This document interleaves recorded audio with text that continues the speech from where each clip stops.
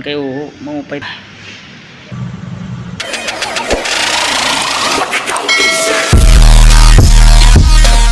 So okay na mga kasanool, human na ako pag repairhan iya kanan handbrake, clutch, aniya oil. Okay na tapos aniya adi inlibyahan ko ito tanan. So change oil tanan mga kasanaol, liwan ini yan tanan kasanaol. Ini nga guma bag-ug ito nga guma. Oh, ini nga guma 900. Tapos ading atras 25.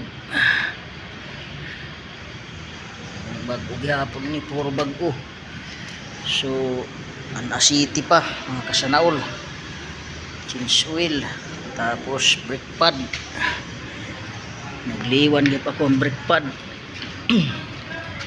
Didi side, tapos didi ang filter iwan. So daro dako mga kasanaol na gastos, hapit sobra 4,000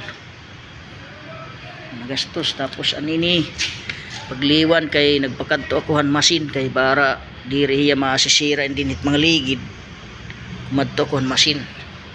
So ini pangayan ang sinisiring na tire silan, tubeless ko naman ini mga kasanaol. So sobra gud 4,000 ang gastos tanan.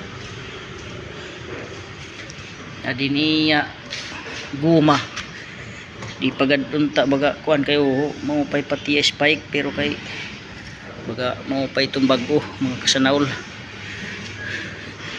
So okay mga kasanaol, testingan ta pag paandar kay atong testingan na niya preno kung okay na niya handbrake.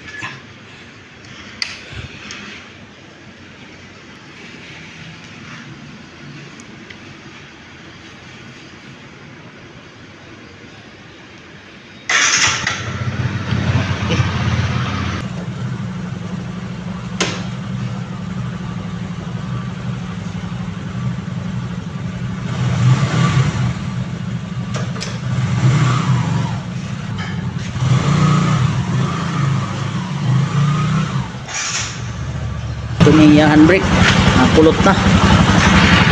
Okay, salamat.